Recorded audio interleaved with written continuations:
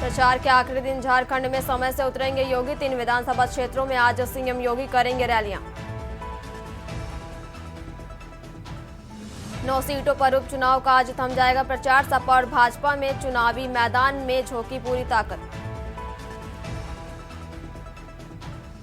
CM योगी का कल अयोध्या दौरा। रामलला हनुमानगढ़ी में करेंगे दर्शन पूजन। साधु संतों से करेंगे विशेष भेंट। अधिकारियों के साथ विकास कार्यों की भी करेंगे समीक्षा।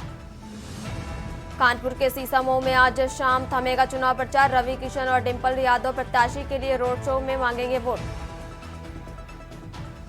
महाकुंभ क्षेत्र में कल से भूमि का आवंटन। अखाड़ों के लिए मेला क्षेत्र में होगा भूमि आवंटन। गंभीर स्थिति में पहुंचा आगरा की हवा। रात 10:30 बजे एक्यूआई हुआ 404। दिल्ली की तरह बिगड़ रहा ताज नगरी का पर्यावरण।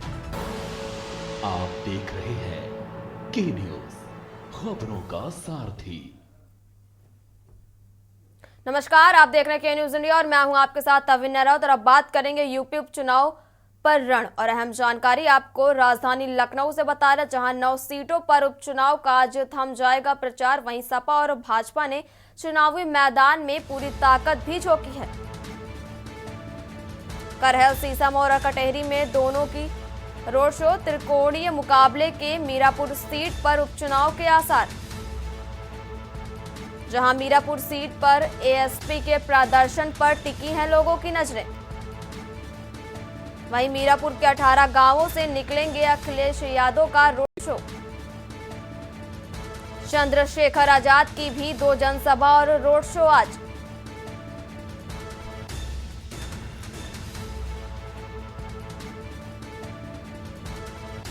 नौ सीटों पर उपचुनाव का आज थम जाएगा प्रचार। अहम जानकारी आपको राजधानी लखनऊ से बता रहे, जहां सपा और भाजपा ने चुनावी मैदान में पूरी ताकत भी झोंकी है। वहीं करहल, सीसामऊ और कटहरी में दोनों की सीधी टक्कर। त्रिकोणीय मुकाबले के मीरापुर सीट पर उपचुनाव के भी आसार। मीरापुर सीट पर एएसपी के प्रदर्शन पर टिकी हैं लोगों की नजरें। वहीं मीरापुर के 18 गांवों से निकलेंगे अखिलेश यादव का रोड शो। चंद्रशेखर आजाद की भी 2 जनसभा और रोड शो आज। वहीं जयंत चौधरी भी 9 से 10 गांवों से निकालेंगे अपना रोड शो। और अहम जानकारी इस वक्त आपको लखनऊ से बता रहे, जहां 9 सीटों पर उपचुनाव का आज थम जाएगा प्रचार। सपा और भाजपा ने चुनावी मैदान में पूरी ताकत झोंकी है। वहीं करहल, सीसामऊ और कटहरी में दोनों की सीधी टक्कर। त्रिकोणीय मुकाबले के मीरापुर सीट पर उपचुनाव के आसार। मीरापुर सीट पर एएसपी के प्रदर्शन पर टिकी है लोगों की नजरें।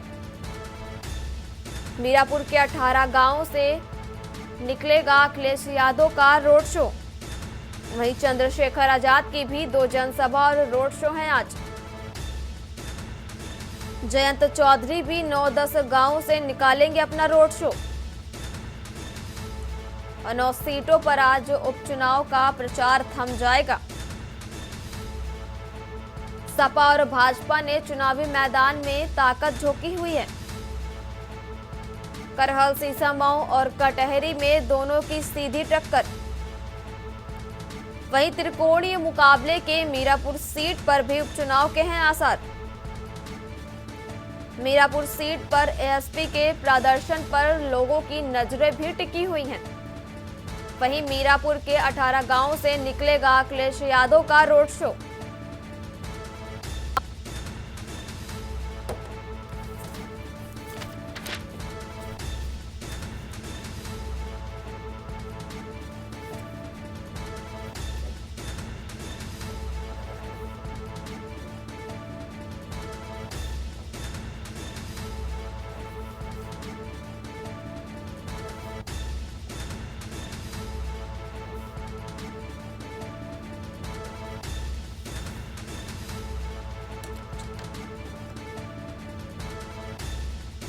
और अहम जानकारी आपको लखनऊ से बता रहे हैं,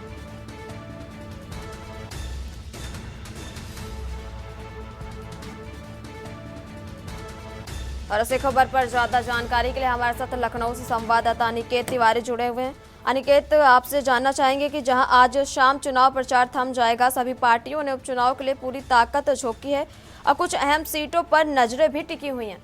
अनिकेत, क्या है कुछ पूरी जानकारी?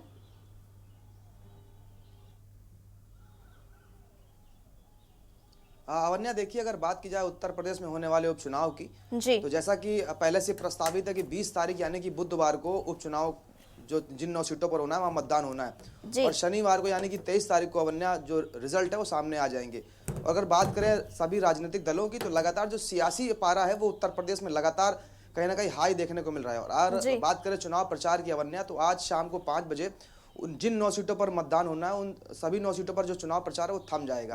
और अगर बात करें आज अंतिम दिन की अवन्या, तो साफ तौर पर देखने को मिल रहा है कि समाजवादी पार्टी के जो राष्ट्रीय अध्यक्ष अखिलेश यादव हैं वो आज मीरापुर में होंगे, और मीरापुर में जो विधानसभा सीट है अपने प्रत्याशी के पक्ष में कहीं ना कहीं जो वोट की अपील है तमाम लोगों से करते हुए नजर आएंगे।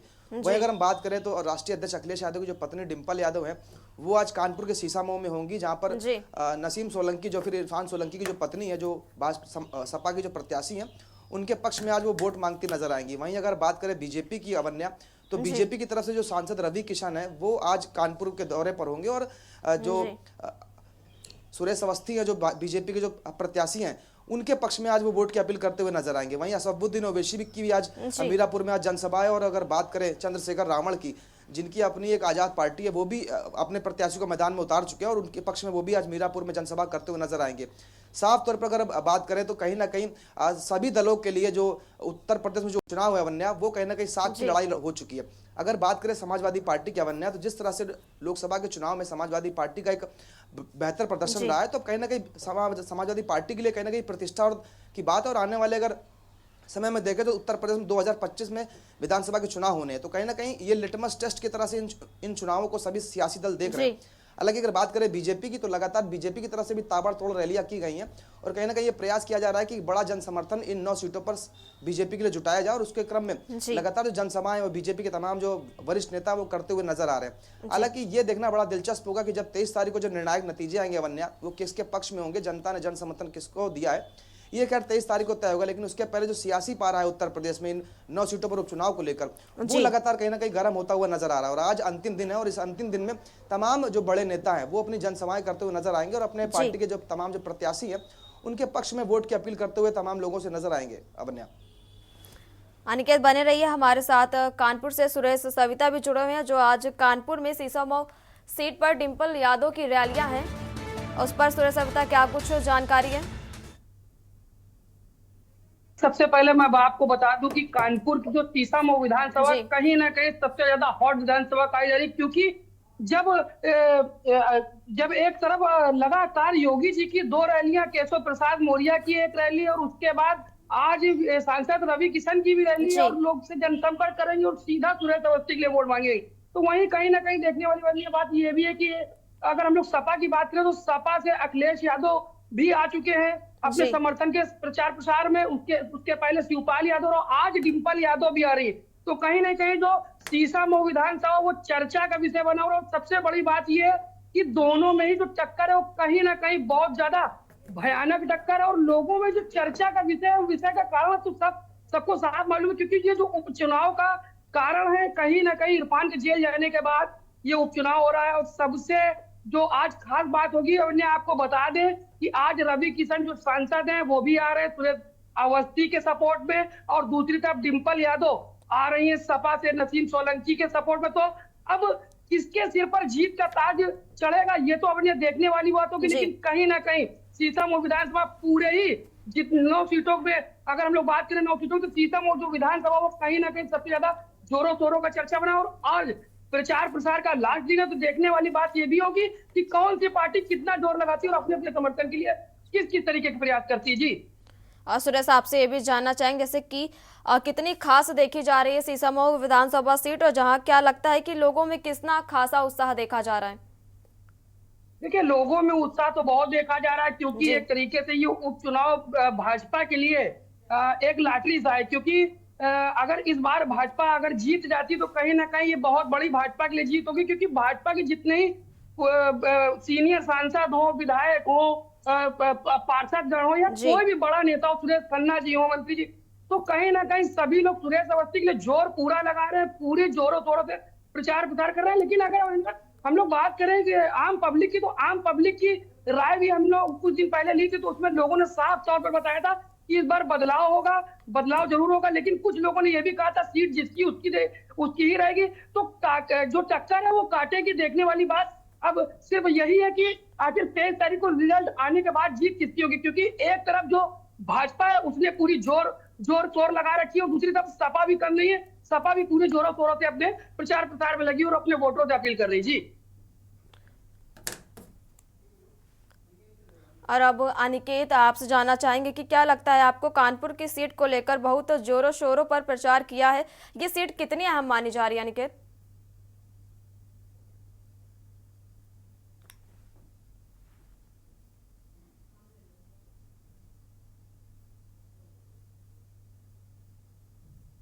खैर सीट है, ये तमाम जो सीटें हैं ये कहीं ना कहीं पूरी तरह से कांटे की टक्कर देखने को मिल रही है इन सीटों पर। अगर हम बात करें सियासी दलों की अवन्या, तो अगर हम समाजवादी पार्टी की बात करें तो समाजवादी पार्टी के जो राष्ट्रीय अध्यक्ष अखिलेश यादव है वो पीडीए का फार्मूला लेकर चल रहे हैं। वहीं अगर हम भाजपा की बात करें अवन्या, तो भाजपा हिंदुत्व का एजेंडा लेकर आगे चल रही है।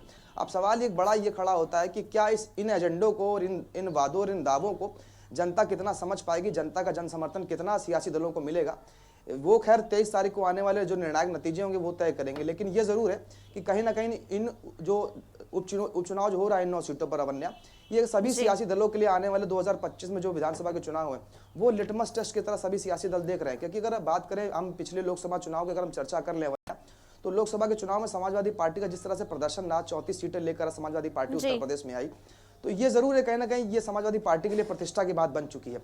वहीं अगर हम बात करें अवन्या बीजेपी की, तो बीजेपी के लिए कहीं ना कहीं ये जो उपचुनाव है वो नाक का बाल बन चुके हैं।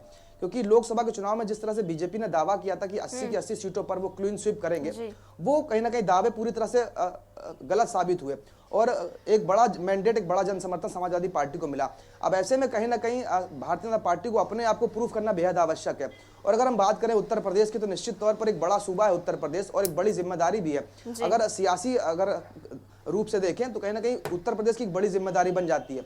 और शायद यही एक कारण है कि मुख्यमंत्री योगी आदित्यनाथ ने इस पूरे चुनाव में जो जिम्मेदारी है वो खुद अपने कंधों पर ली थी और अपने तमाम जो कैबिनेट के मंत्री हैं, फिर वो चाहे डिप्टी सीएम केशव प्रसाद मौर्य की बात कर लें या फिर ब्रजेश पाठक की बात कर लें या फिर जो प्रदेश अध्यक्ष हैं उनकी बात कर लें, तो सभी को कहीं ना कहीं मैदान में उतार दिया था और जनसभा करने के साथ ही प्रवास करने के लिए भी उन्होंने साफ तौर पर कहा था। तो कहीं ना कहीं बीजेपी के लिए भी कहीं ना कहीं नाक का बाल बनी हुई है, क्योंकि जिस तरह से लोकसभा में जो रिजल्ट आए थे वो बीजेपी के पक्ष में नहीं थे। अब ऐसे में भारतीय जनता पार्टी को अपने आप को साबित करना बेहद आवश्यक है और शायद यही एक कारण है कि 9 की 9 सीटों पर जीत सुनिश्चित करना बीजेपी के लिए नाक की बात बन चुकी है। हालांकि अगर वर्तमान स्थिति की अगर हम बात करें तो अभी 5 सीटें समाजवादी पार्टी के पास में और 3 सीटें बीजेपी के पास में और 1 सीट जो बीजेपी की जो सहयोगी दल है रालोद है उसके पास है और 1 सीट अगर बात करें तो अनुप्रिया पटेल की जो दल है वो सीट उनके पास में। तो यानी कि बीजेपी के जो अलायंस है यानी कि एनडीए अलायंस है उसके पास अभी 5 सीटें और सीधी 5 सीटें समाजवादी पार्टी के पास में। यानी कि टक्कर जो है वो साफ तौर पर कहीं ना कहीं कांटे की है। हालांकि जैसा कि मैंने बताया कि 3 तारीख को अवन्या जो निर्णायक नतीजे आएंगे उसके बाद ही तय होगा कि जनता का जन समर्थन किसको मिला, जनता ने किसको चुना है। लेकिन निश्चित तौर पर कहीं ना कहीं ये जो उपचुनाव की जो लड़ाई है बेहद दिलचस्प मोड़ पर पहुंच चुकी है और आज शाम को 5 बजे जब चुनाव प्रचार थम जाएगा तो निश्चित तौर पर 20 तारीख के बाद में सभी को इंतजार होगा 23 तारीख का कि जो रिजल्ट आएंगे वो किसके पक्ष में होंगे। लेकिन साफ तौर पर जो सियासी पारा है अवन्या वो उत्तर प्रदेश में कहीं ना कहीं बढ़ा हुआ साफ तौर पर नजर आ रहा है। भले ही मौसम सर्द हो चुका है लेकिन जो सियासी जो गर्मी है वो प्रदेश में साफ तौर पर देखने को मिल रही है अवन्या। जी अनिकेत, आपसे जानना चाहेंगे जैसा कि त्रिकोणीय मुकाबला है वहीं चंद्रशेखर भी प्रचार प्रसार में लगे हुए हैं, ये कितना खास है चुनाव के लिए और चंद्रशेखर की 2 जनसभाएं भी हैं आज अनिकेत? देखिए निश्चित तौर पर अवन्या अगर हम बात करें उत्तर प्रदेश की तो उत्तर प्रदेश में 2 दल प्रमुख माने जाते हैं। अगर बीजेपी और समाजवादी पार्टी की अगर हम बात करें तो वर्तमान समय में 2 दल ऐसे हैं जो प्रमुख लड़ाई के रूप में है। हालांकि इस लड़ाई में कहीं ना कहीं बसपा भी उतर चुकी है और बसपा के 9 के 9 प्रत्याशी मैदान में है। हालांकि बसपा किसके लिए एक्स फैक्टर साबित होगी ये कर नतीजे तय करेंगे, लेकिन ये जरूर है इस जो लड़ाई में, जो त्रिकोणीय लड़ाई में बसपा भी उतर चुकी है और चंद्रशेखर रावण भी चुनाव में मैदान में है। तो निश्चित तौर पर कहीं ना कहीं जो सियासी समीकरण है वो बनते और बिगड़ते नजर आएंगे। लेकिन जैसा कि मैंने बताया कि समाजवादी पार्टी के जो राष्ट्रीय अध्यक्ष अखिलेश यादव हैं वो पीडीए का फॉर्मूला लेकर चल रहे हैं, पिछड़ा दलित यानी अल्पसंख्यक। ये जो फॉर्मूला है अखिलेश यादव का ये फॉर्मूला कितना कारगर साबित होगा इन उपचुनाव में, ये खैर नतीजे तय करेंगे। लेकिन निश्चित तौर पर जिस तरह से हिंदुत्व के एजेंडे को लेकर भारतीय जनता पार्टी लगातार आगे चल रही है, राम मंदिर अगर मुद्दे की हम बात कर ले तो राम मंदिर के मुद्दे को लेकर बीजेपी ने भुनाने का प्रयास जरूर लोकसभा में किया था, लेकिन शायद उतना लाभ बीजेपी को राम मंदिर के मुद्दे से नहीं मिला था। तो शायद ये जो समीकरण है, ये समीकरण कितना बैठ पाएंगे, किसके पक्ष में बैठेंगे, ये नतीजे तय करेंगे। लेकिन ये जरूर दिलचस्प लड़ाई कहीं ना कहीं इन उपचुनाव में देखने को मिलेगी। बन्या जी अनिकेत, आपका बहुत बहुत शुक्रिया अधिक जानकारी साझा करने के लिए। और हम जानकारी आपको लखनऊ से बता रहे थे, जहां 9 सीटों पर उपचुनाव का आज प्रचार प्रसार थम जाएगा और वहीं सपा और भाजपा ने चुनावी मैदान में पूरी ताकत भी झोंकी है। वहीं करहल, सीसामौर और कटहरी में दोनों की सीधी टक्कर है। और वहीं सुरेश अवता भी हमारे साथ कानपुर से जुड़े हुए थे। सुरेश, आपका भी बहुत बहुत शुक्रिया अधिक जानकारी साझा करने के लिए। और सपा और भाजपा ने चुनावी मैदान में पूरी ताकत भी झोंकी हुई है और वहीं आज उपचुनाव को लेकर प्रचार प्रसार भी आज शाम 5 बजे तक थम जाएगा। त्रिकोणीय मुकाबले के मीरापुर सीट पर उपचुनाव के हैं असर और वहीं पर भाजपा और सपा ने भी पूरी ताकत झोंकी हुई है। और यहां रुकेंगे एक छोटे से ब्रेक के लिए।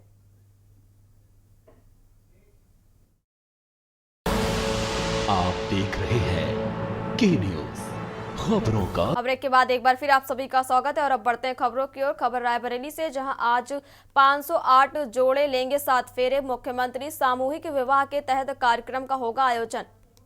सामूहिक विवाह में 6 जोड़े कबूल करेंगे निकाह।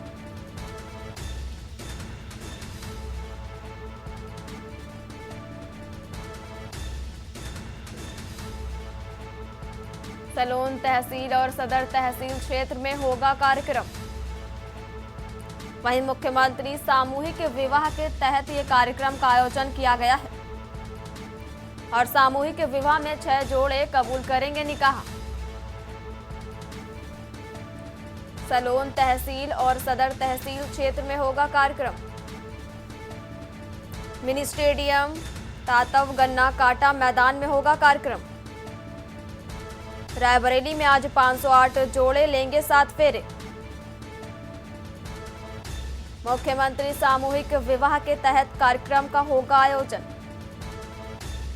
और सामूहिक विवाह में 6 जोड़े कबूल करेंगे निकाह।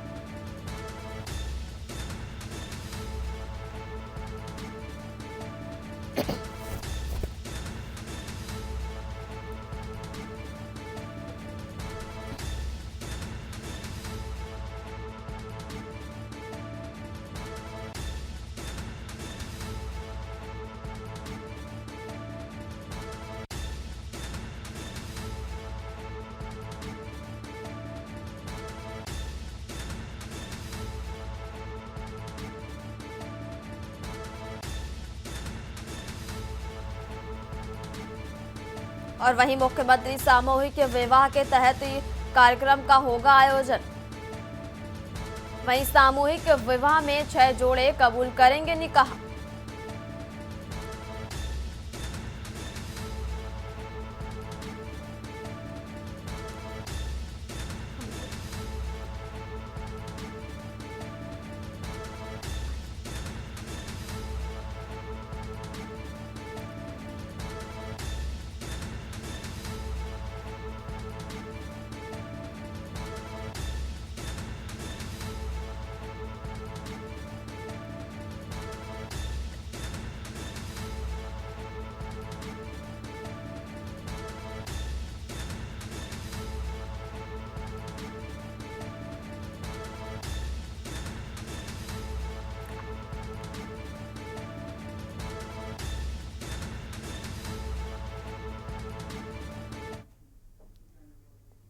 अगली खबर आपको रायबरेली से बता रहे, जहां गौशालाओं में भूसा सप्लाई का मामला सामने आया है, जहां जैम पोर्टल के माध्यम से डाले गए टेंडरों में धांधली हो रही है।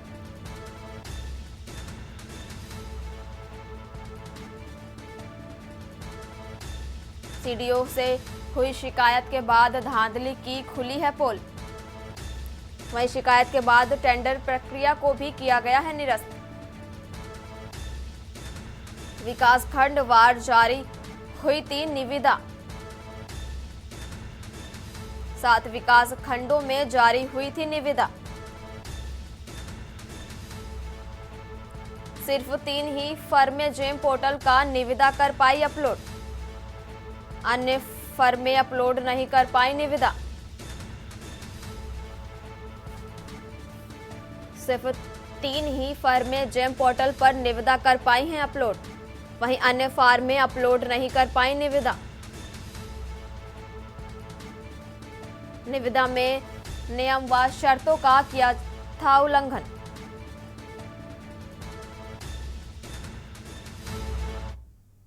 और अगली अहम जानकारी आपको राजधानी लखनऊ से बता रहे, जहां लोनी नदी में मिला युवक का शव।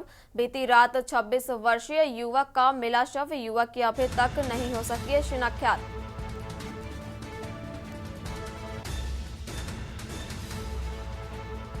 युवक की अभी तक नहीं हो सकी है शिनाख्यात। और अहम जानकारी आपको लखनऊ से बता रहे हैं, जहां युवक की शिनाख्यात करने में जुटी है पुलिस।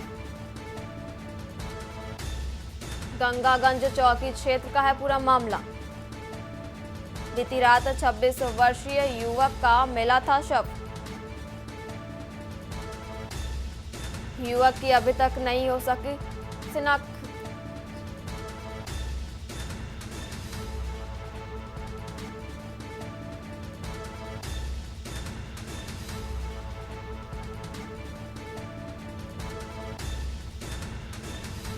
बीती रात 26 वर्षीय युवक का मिला शव।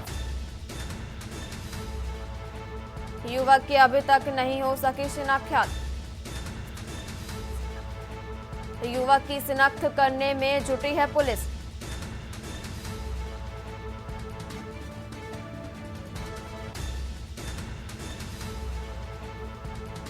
बीती रात 26 वर्षीय युवक का मिला शव। युवक की अभी तक नहीं हो सकी शिनाख्त।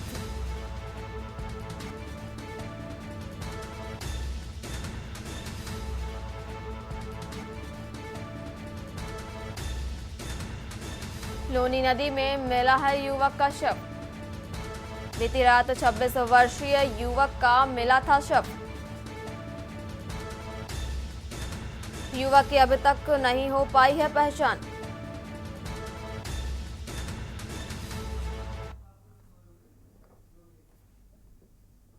खबर उत्तर प्रदेश में फिलहाल इतना ही। आप देखते रहिए के न्यूज इंडिया। इस कार्यक्रम के प्रायोजक हैं double engine detergent powder and cake, रिश्तों में लाए डबल चमक। आप देख रहे हैं के न्यूज, खबरों का